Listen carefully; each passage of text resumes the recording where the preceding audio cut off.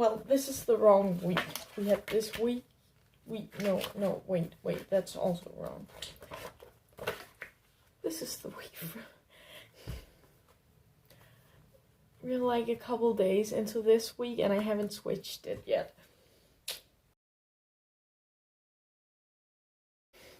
Hey guys, welcome back to my channel. Today we're here to talk about this book, which is great, like really great. But first, I always forget to take this, but first we're going to,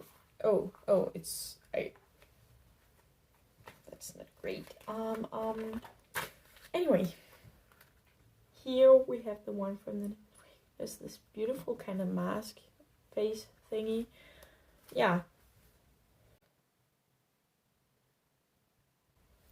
Beauty isn't about having a nice face. It's about having a nice mind, a friendly heart, and most importantly, to have a gorgeous soul. Well, I think this has some great points to it because, you know, we tend to think a lot about our outside appearance, but what about our inside appearance? It doesn't just matter what I look like, it also matters how I act towards others and what my personality is and whether or not I'm being nice to people.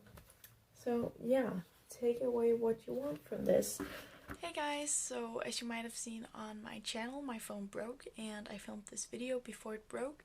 So it was supposed to come out earlier this week. No, last week. It was supposed to come out at the 19th of April. April 19th, whatever. And, oh my god, my hand is getting tired. And it didn't because I broke my phone. So I'll just leave it in there because I'm lazy. And yeah, then I'll post the one for this week on my Instagram. So if you want to check that out, it is gonna be there. Continue with the video. Anyway, so as I said, we're going to talk about Yes, No, Maybe So by Becky Albertally and Aisha Saeed. If I'm saying that wrong, please excuse me. I am not a native speaker of anything except Danish, and this is, yes, not Danish. Anyway, this is a great book and you should read it.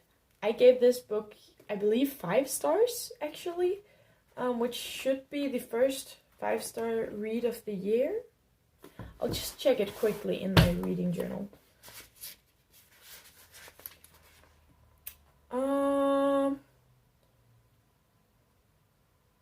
Yeah, I gave this 5 stars. And it is amazing. As you can see, I have tapped it. The green ones are for just small things that I really want to come back to. Like small things that doesn't have anything to do with the plot, just fun sentences. Like on the first one, it says, anything I can do to cheer you up, he asks. Yeah, but I'm pretty sure my dad doesn't have any tiaras lying around. Because earlier they talked about him wearing a tiara, and that would be fun. Anyway, an overall plot is we have Jamie and we have Maya. They knew each other when they were younger, like small kids. Now they meet again and reconnect over the summer holiday because their moms forced them into canvassing together for this special election. And Jamie is Jewish, and on top of the fact that he is canvassing and doing a lot of stuff for this campaign, it is for the Democrats, I think. Democrats?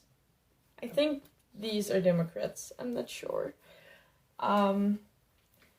They are whatever the opposite of Trump's party is.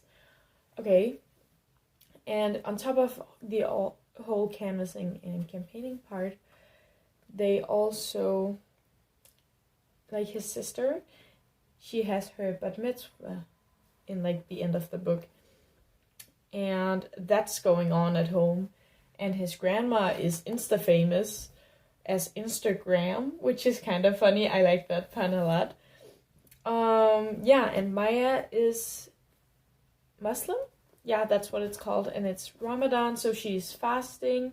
And also her parents, this is not a spoiler, it's pretty much in the second or third chapter or something like that. Her parents are going through a split at the moment. Her dad is getting a new apartment to live in because their marriage isn't as great as it used to be. Yeah, and this is a fictional, political fiction book, but it's also a romance. So, yeah, these are the people that is going to be in the romance. And, yeah, so I wrote down some things. This has an extremely diverse cast. They have both Republicans and Democrats. They have a lot of different age groups. They have different ethnicities, different genders in focus, different religions, different sexualities. It's just really nice because even though it is such a diverse cast, it doesn't feel forced. It doesn't feel like it's a sales point on this book's behalf. Like, it doesn't feel like it's sold on the diversity of the cast. Although it does says, mastering local activism is one thing. Navigating a cross-cultural romance is a whole lot more complicated. But that is in a deeper way. It's not just, well, this girl is Muslim, this guy is Jewish. We are including people, yay. It's more like, what kind of, what can you call it? People are skating outside my window. It's loud. But they're good at it. Anyway, it's like, on a deeper level, it's like, how can this affect a person that it's cross-cultural, right? It doesn't feel forced. Like, you don't, when one of the characters are introduced, he isn't introduced as, this is blah blah blah, he is gay. He's just introduced as, this is blah blah blah, and then later it's like, he is probably talking to someone, Jamie, and he's like, oh, well, he's going out with his boyfriend today, right? So it's just casually mentioned. It isn't anything that's put in to be the most important thing in the book. And it's just really nice because I kind of enjoy reading books with like different casts and diverse casts, but this one doesn't feel forced. And about that, there's also in this book something called House Bill 28, which is just like, we've experienced something similar in Denmark, but I didn't realize how much it felt like an attack to people. It is a ban of headwear, and I was against it when it happened here in Denmark. I thought it was stupid. Yeah, terror is a thing, but so is it to be Muslim. That's also a thing, and we have to take care of that. We have to give people space to be themselves and have their religion, right? So, I really was invested in that part of the political theme in this book, because I kind of related, but it also just gave me this whole new understanding of what it really means, which I really don't condone the way the politicians in this book are, except for that one guy, Russum. Anyway, it's very nice. It also just, like I told you earlier, it's just really, really fun. Because there's a lot of small things that actually made me laugh out loud. My mom looked at me weird a couple times when I was home. I also like the layout of this. It's very predictable because every single chapter it switches. So it's Jamie, Maya, Jamie, Maya, Jamie, Maya, and it keeps on going like that. It isn't Jamie, Maya, Maya, Jamie, Jamie, Jamie, Maya. It's just like, it's the same exact rhythm, and I feel like they have a good way of showing text messages. Like you can see they have the name and then the text and then name and text, right? And the fact that it also shows emojis, because that's just a huge deal of texting nowadays, especially for teens, which I find really cool. This deals with a lot of things, also growing apart and friendship, and I just found it very interesting in all aspects. One of the best books I have read recently. It's just really nice. And also, it's very detailed in the description of both point of views. So at one point in this book, I got very mad at both of them because I was like, well, I can see it from Jamie's angle, and Maya, you're just being a bitch. But on the other hand, I could see it from Maya's angle, and I could be like, well, Jamie, you don't understand this. You don't really listen to what she's saying. You don't understand what it is she's saying. So I was really mad at both of them, which is always great because that just means it's great writing. Yeah, this is just gonna be quick spoiler alert.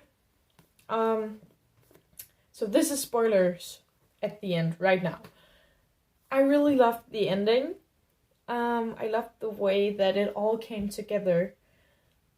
And I really liked that in the big picture they didn't win. Like, the person they were campaigning for, he didn't win. But they came together, and even though he didn't win and they lost, you still leave this book with hope. Like, you leave it with hope of them winning the next time. Like, in 2 years, when there's a new special election, you're sure they're gonna take it and they're gonna win. Which is really great. Like, there's nothing like leaving a book and feeling hopeful. Because it puts a bit of light into your everyday.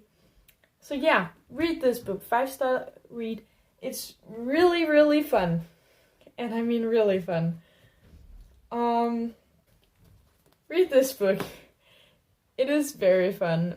It is just so easy to get invested in this because it has great characters, diverse cast, amazing plot, and just fun language.